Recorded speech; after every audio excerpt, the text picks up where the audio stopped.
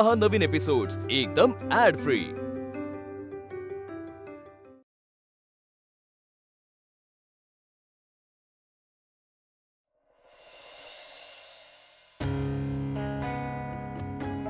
देवदर्शनाला, नवस फेडायला, फार्म हाऊसला किंवा कुठेही कशासाठी जायचं असेल तर मला सांगितल्याशिवाय जायचं नाही, बोललो होतो ना? कळतोय का? कळतंय दादा, पण मी सतत घरी नाही राहू शकत। मी तसं केलं ना तर मी आणखी डिस्टर्ब होईन। दादा, घरी असलो ना की सतत वाटत राहतं की कोणीतरी माझ्यावर वॉच ठेवू नये। जरा मनाला आधार मिळावा म्हणून मी देवळात गेलो। तिथे जाऊन देवाला सांगितलं की तेव्हा चूक झाली माझ्याकडनं, मला माफ कर आणि आरतीला खुश ठेव दादा। आणि मी तुला प्रॉमिस केलं ना की मी आता फक्त कामावर फोकस करणार आहे। खरंच खूप प्रयत्न करतोय रे मी या सगळ्यातून बाहेर पडायचा, आणि म्हणूनच मी मंदिरात गेलो। तर त्यातही प्रॉब्लेम आहे का तुला? विक्रांत, अरे असं नाही।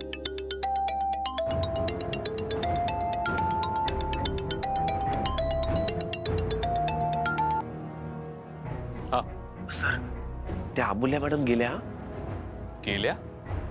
म्हणजे जॉब सोडून नाही गेल्या, त्या गव्हर्नमेंटच्या ऑफिसची फाईल घेऊन गेल्यात आणि म्हणत होत्या की आजच सगळं काम करून येणार आहेत। तेवढा निरोप द्यायलाच तुम्हाला कॉल केला होता। काय ना, माणसाने कामात हॉनेस्ट असायला हवं ना, म्हणून। Honest H silent? सर, मी सायलेंटच आहे, ते तुम्हाला निरोप द्यायला तेवढा कॉल केला होता। ओके, हा ठीक आहे सर।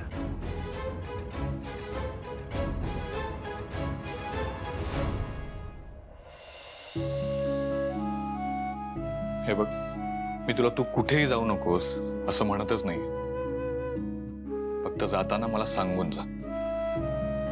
डिफरन्स लक्षात येतोय? कळतंय मला दादा। ठीक आहे दादा, एक मिनिट।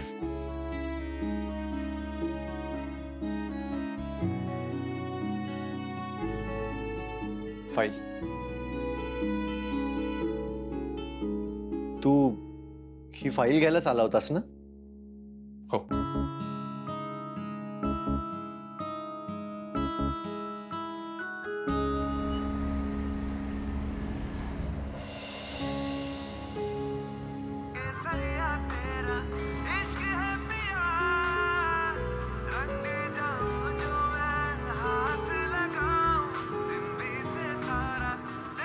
तो फोन बंद ठेवला होता। ताई, अगं फोन का सुरू केलास? ह्या त्रासामुळेच दमली होतीस ना तू?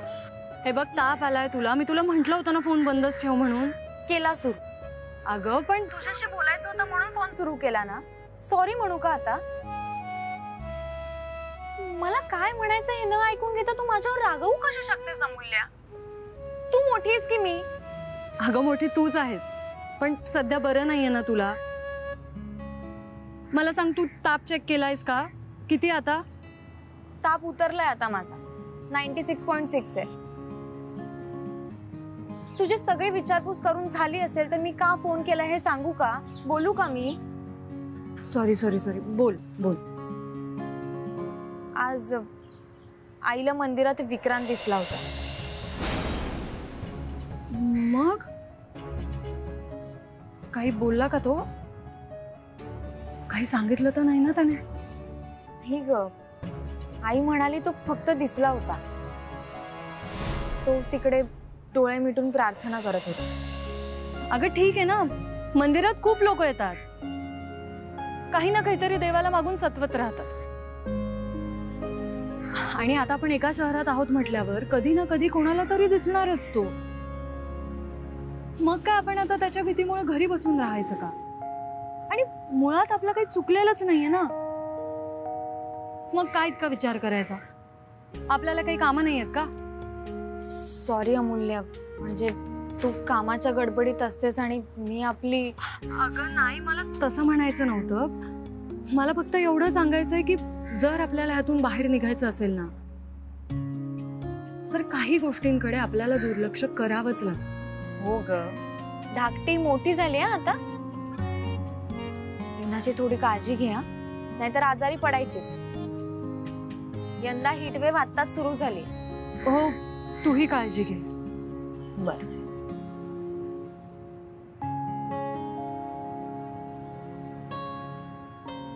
सॉरी ताई, मी त्याच टेन्शन मध्ये. फक्त एकदा ते वेदांतने दिलेलं काम संपलं ना की सुटेन मी आत. विक्रांत, काय मागितलंस देवाकडे? काहीच नाही.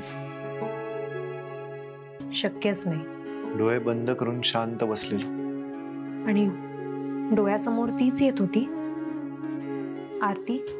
मनामध्ये ती आहे म्हटल्यावर तीच दिसणार ना. तुला तिच्याशीच लग्न करायचंय का?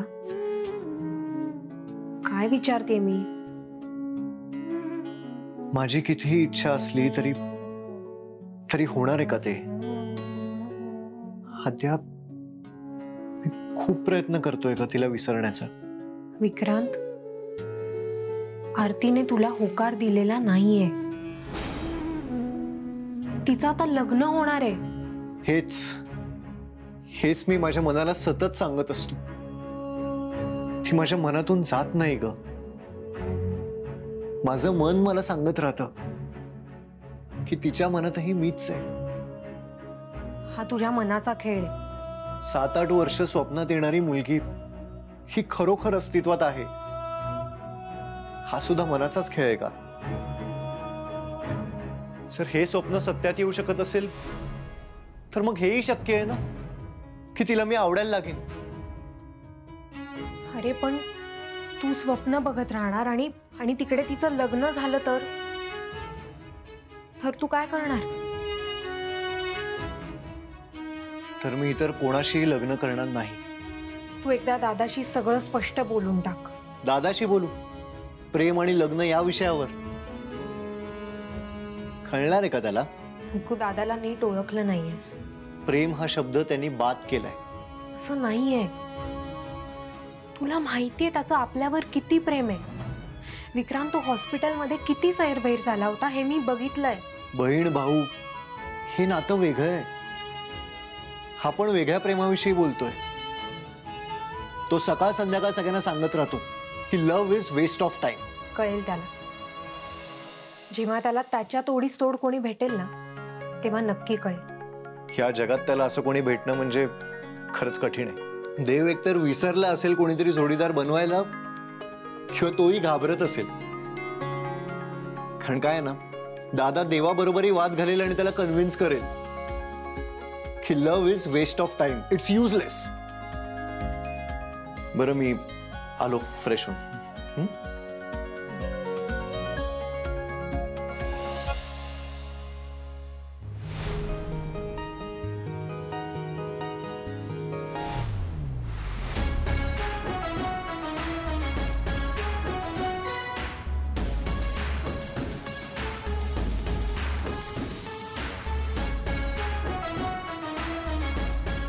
काय रे, ठरवून नट लावतोस का तू?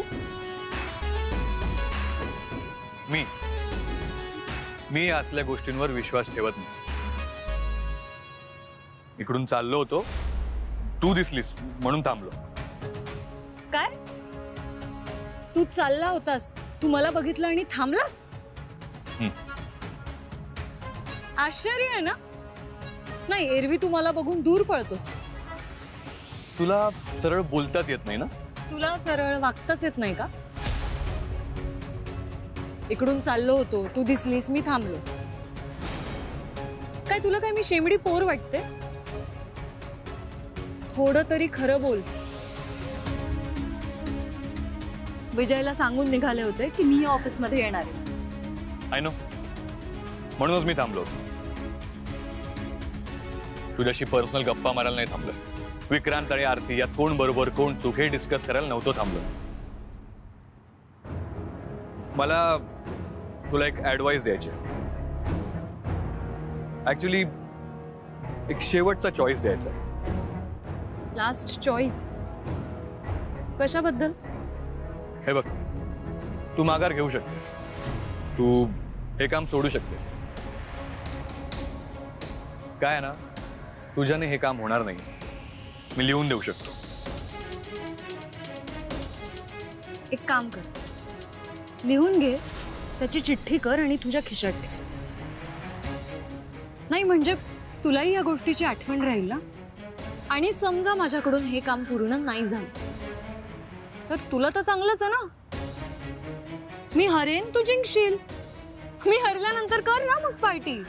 हे बघ, तू तुझा टाइम आणि एनर्जी वेस्ट करतेस. हे सरकारी ऑफिस.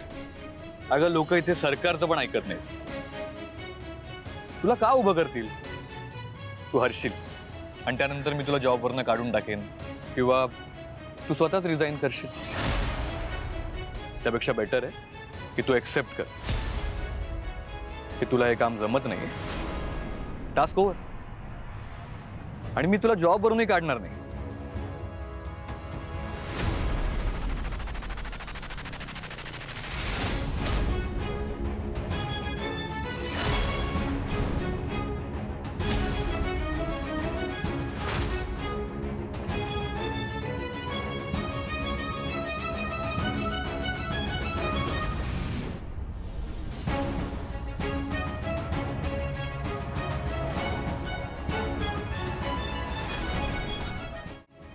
त्याचा क्लास असाच धावून आला होतास ना माझ्या अंगावर. पण डोंट वरी, मी तशी मुलगी नाही. आम्हा बायकांना ना सवय नसते पुरुषांवर हात उगारायची. आणि राहिला प्रश्न कामाचा, ते झालं किंवा नाही झालं ते मी तुला ऑफिसमध्ये येऊन रिपोर्ट करेनच.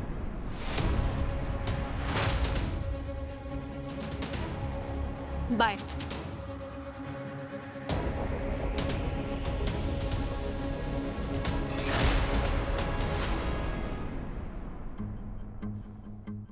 सुनील जमदाडे साहेब आतमध्ये काम करतायत. तुमचं काय काम होतं? ऍक्च्युली माझं ऑफिशियल काम आहे त्यांच्याकडे, जरा भेटायचं होतं. हे बघा, साहेब आतमध्ये कामात आहेत, तुम्ही असं भेटू नाही शकत त्यांना. सांगा ना काय काम होतं तुमचं? माझं जस्ट बोलणं झालं त्यांच्यासोबत फोनवर. त्यांनीच मला इथे बोलवलंय. तुम्ही प्लीज त्यांना सांगू शकता का की VW इन्फ्रामधून अमूल्य आली आहे. बरं तुम्ही थांबा इथे, मी कळवतो साहेब. ओके.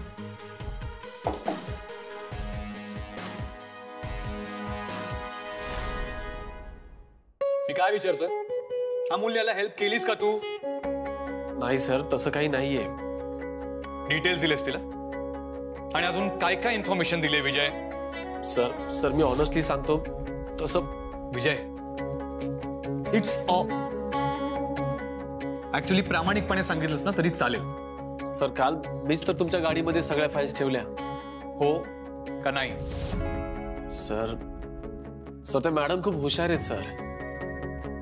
तुम्ही जी माहिती दिली त्या माहितीवरून त्यांनी सर्व कुंडली काढली. त्यांचं डोकं खूप फास्ट चालतं सर. काय कॉन्फिडन्स आहे त्यांचा. आणि सर तुम्हीच म्हणाला होतात ना की त्या खूप स्मार्ट आहेत म्हणून. तू ना एक काम कर, हा, उद्यापासून त्या मॅडमचाच पीए हो. Sorry sir. Get lost. हा. Come in. Good morning sir. Good morning. अमूल्यताई तुम्ही? तुम्ही इकडे? हो मी इकडेच असतो. या बसा प्लीज. काय योगायोगे. नाही पण आपलं कधी बोलणंच नाही झालं या संदर्भात. अहो मी गेली 4 वर्ष याच सेक्शनला आहे. अच्छा. हो, आपली भेट नेहमी क्लिनिकलाच. अण्णाने आमची जुनी ओळख. नागपूरमध्ये असा एकही माणूस नाहीये ज्याला डॉक्टर अण्णा तुंपलवार माहित नाही. ग्रेट माणूस. बरं कशा आहेत अण्णा? अण्णा मस्त आहेत. मला वाटतं तुमच्या मुलीचं नाव प्रियंका ना? हो. कशी आहे ती? एकदम फर्स्ट क्लास. सध्या तिच्या शाळेमध्ये स्पोर्ट्स डे सुरू आहेत. अरे वा, मग तर एकदम फिट अँड फाईन असेल सध्या. तब्येतीची कुरबुर असेल तर डॉक्टर अमूल्यताईच लागते तिला. बोला डॉक्टर ताई, आज काय काम काढलं आमच्याकडे? ऍक्च्युली सर आज आहे ना मी VW इन्फ्राची रिप्रेझेंटेटिव्ह म्हणून आली. हो, तुम्ही डॉक्टर की सोडून ती कंपनी कधी जॉईन केली? नाही म्हणजे मध्यंतरी कोविडमध्ये अण्णांच्या क्लिनिकमध्ये स्टाफची कमतरता होती आणि माझंही ग्रॅज्युएशन नुकतंच कम्प्लीट झालं होतं. मग मी अण्णांची मदत करायला लागले आणि अर्धी डॉक्टर झाले. पण मग इकडे या फील्ड मध्ये कशा? काही दिवसांपूर्वीच मी आद्या फॅशन वर्ल्ड जॉईन केलं आणि VW इन्फ्राचं आणि आमचं ऑफिस एकत्रच आहे. ओके, छान. ऍडिशनल जबाबदारी म्हणून माझ्यावर एक काम सोपवण्यात आलं. बरं, बोला. सर, ऍक्च्युली तुम्हाला आज वेळ आहे का जरा? तुम्ही प्लीज ही फाईल चेक करू शकता का? हो, द्या इकडे. ह्यात काही अडचण किंवा कमी असेल तर तुम्ही लगेच सांगा, मी पूर्तता करून घेईन. ठीक आहे.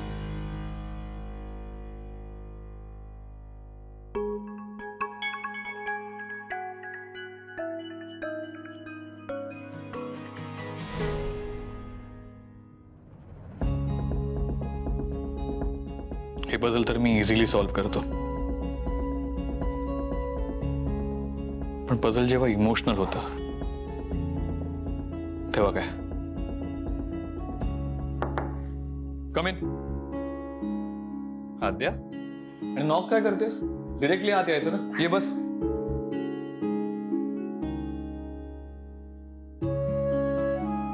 तू ऑफिसला का आलीस? लग्नानंतर पहिल्यांदा घरी राहायला आलीस ना? मग घरी थांब, आराम कर, गप्पा गोष्टी कर ना. अरे हो, माझा प्लॅन तोच होता, पण मग अचानक काम आलं. सार्थकला काही डिझाईन्स पाठवायची होती आणि आज अमूल्य पण नाहीये, सो मला कळवायचं, मी विजयला सांगितलं असतं. अरे त्याला नसतं जमलं. आणि ठीक आहे, इट्स ओके, झालंय आता माझं काम. मी ऍक्च्युली तुझ्याशीच बोलायला आले विक्रांत बद्दल.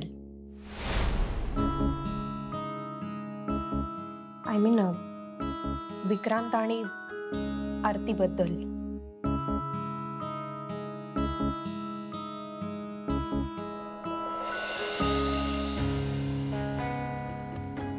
सर, काही प्रॉब्लेम आहे का?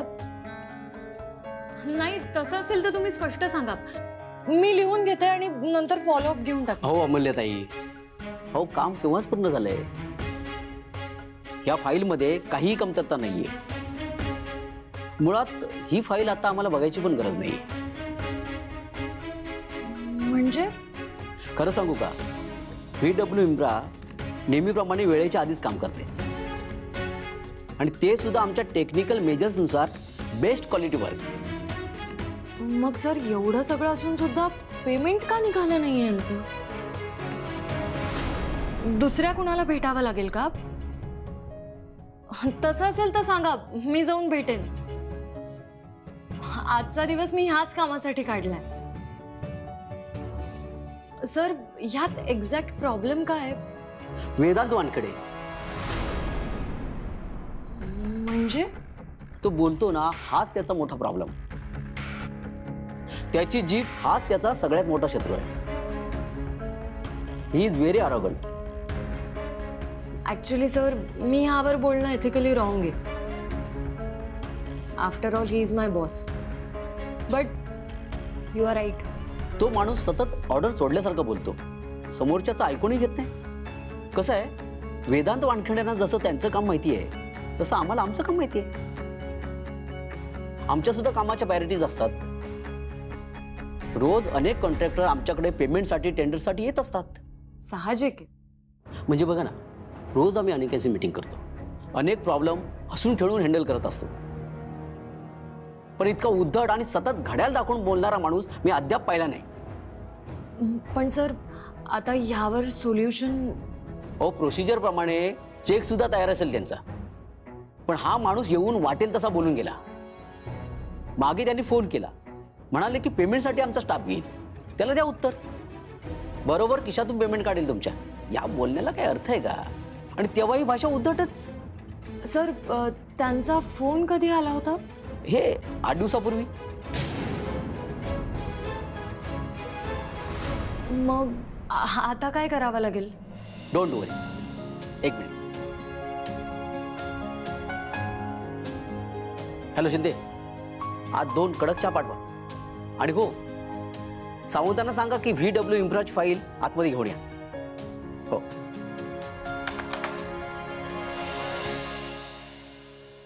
दादा, ही गोष्ट तर स्पष्ट आहे की विक्रांत आरतीच्या खूप प्रेमात आहे. मला वाटतं आपण ही गोष्ट आता ऍक्सेप्ट केली पाहिजे आणि आणि आणि काय लहान आहे तो, खेळणं हरवलं पण रडत बसायला. आद्या, दिस इज इमॅच्युरिटी. अरे पण तो तिच्यासाठी जीव द्यायला. इमॅच्युरिटी, चाइल्डिशनेस आहे ऍक्च्युली, वेडेपणा आहे. बघा, आपल्याला एखादी गोष्ट अचीव्ह करायची असेल तर आपण काय केलं पाहिजे? ट्राय केलं पाहिजे का असं पळून गेलं पाहिजे? पण आपण अचीवमेंट बद्दल नाही, इन्व्हॉल्वमेंट बद्दल बोलतोय ना. मान्य आहे, मान्य आहे, आपण इन्व्हॉल्वमेंट बद्दल बोलतोय. अगं पण कशात इन्व्हॉल्व व्हावं, किती इन्व्हॉल्व व्हावं हे कळत नाही का त्याला? आणि जर दिसतंय आरती नावाचं त्याचं स्वप्न पूर्ण होत नाही तर जागं व्हायला नकोय का त्याने?